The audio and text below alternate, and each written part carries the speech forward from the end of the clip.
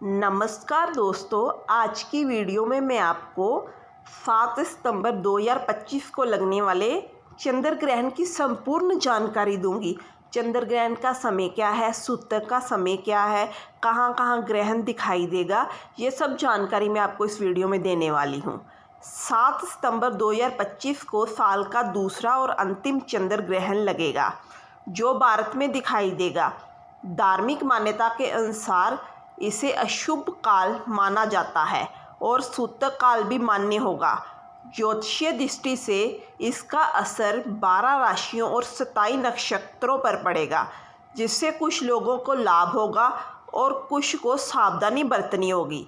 7 सितंबर को साल के आखिरी और दूसरे चंद्र ग्रहण के कारण आसमान में ब्लड मून का अदृश्य नज़ारा देखने को मिलेगा।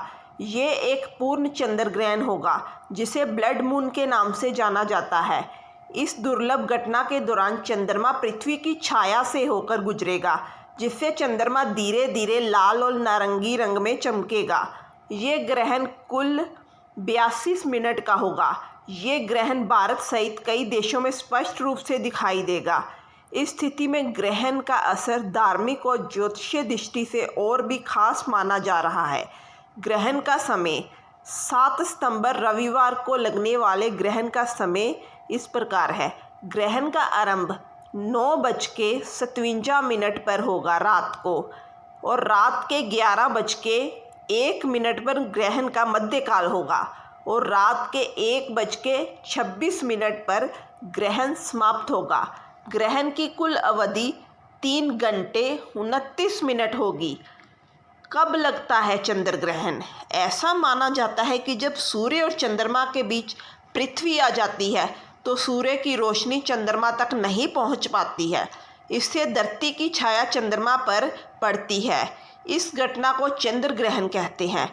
कहाँ कहाँ दिखाई देगा चंद्र ग्रहण? चंद्र ग्रहण भारत, पाकिस्तान सहित पूरे दक्षिण Asia, Europe, Australia, New Zealand, Africa और उत्तर और दक्षिण अमेरिका के पूर्वी भाग में दिखाई देगा। चंद्र ग्रहण का सूतक कब लगता है? चंद्र ग्रहण का सूतक ग्रहण लगने के ठीक 9 घंटे पहले शुरू हो जाता है। 7 सितंबर 2025 के चंद्र ग्रहण का सूतक दोपहर 12:09 पर शुरू हो जाएगा। चंद्र ग्रहण का इन राशियों पर पड़ेगा शुभ प्रभाव। चंद्र ग्रहण मेष, वृषभ, कन्या और धनु राशि वालों के लिए शुभ रहने वाला है। इन राशि के जातकों को धन लाभ, करियर, कारोबार में सफलता मिलेगी। इसके साथ ही वैवाहिक सुख और निवेश में मनचाहा लाभ संभव है। इसके अलावा अटके काम पूरे और भाग्योदय के भी योग बन रहे हैं। चंद्र ग्रहण पर ये राशियां रहें सावधान: मिथुन, कर्क, सिंह, तुला, वृश्चिक, मकर, कुंभ और मीन राशि के जातकों को चंद्र ग्रहण के दौरान सावधानी बरतनी होगी। इस दौरान कोई भी यात्रा ना करें। किसी नए कार्य को शुरू करने का विचार है तो फिलहाल के लिए स्थगित कर दें। व्यापार में चुनौतियां आ सकती हैं। काम को पूरा करने में दिक्कतें आएंगी। किसी से भी कोई जानकारी साझा ना करें। चंद्र ग्रहण के दौरान तुलसी का महत्व। पौराणिक मान्यता के अनुसार चंद्र ग्रहण में तुलसी अशुद्धता और नकारात्मकता से बचाने वाली मानी जाती है।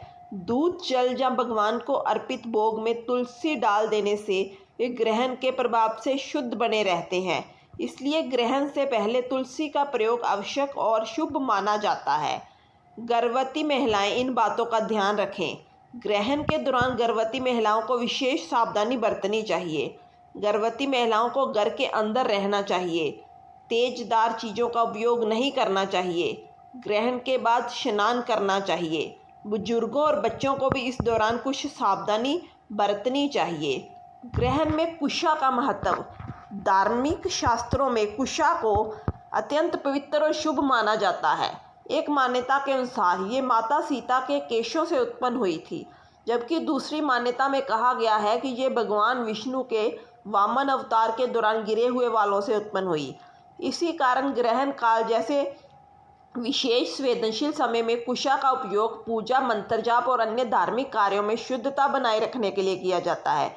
ये नकारात्मक ऊर्जा से बचाने वाला और शुभ फल देने वाला माना जाता है। ग्रहण में क्या नहीं करना चाहिए? ग्रहण की अवधि में सोना नहीं चाहिए, वाल या नाखून भी नहीं काटने चाहिए। ग्रहण में रसोई का काम नहीं करना चाहिए। भोजन ग्रहण भी नहीं करना चाहिए। सूतक काल के नियम। सूतक काल में सोने से परहेज करना चाहिए। सूतक काल में पूजा पाठ करने से परहेज करना चाहिए। इस दौरान गर्भवती महिलाओं को घर से बाहर निकलने से बचना चाहिए ताकि वे घर में सुरक्षित रहें। सूतक काल में बाल काटना या नाखून काटना गलत है। इस समय शरीर की सफाई से जुड़ी ये चीज़ें टालनी चाहिए। खाने पीने की सभी वस्तुओं में सूतक काल के दौरान तुलसी के पत्ते डालने चाहिए क्योंकि इससे उस भोजन में पवित्रता बनी रहती है। इस समय भगवान के मंत्रों का जाप करना चाहिए और अपने इष्ट देवता का स्मरण करते रहना चाहिए जिससे मानसिक शांति और आध्यात्मिकता मिलती है। दोस्तों, अगर आपको मेरी वीडियो अच्छी लगी तो please like, share and subscribe my channel. Thanks for watching my video. Thank you friends.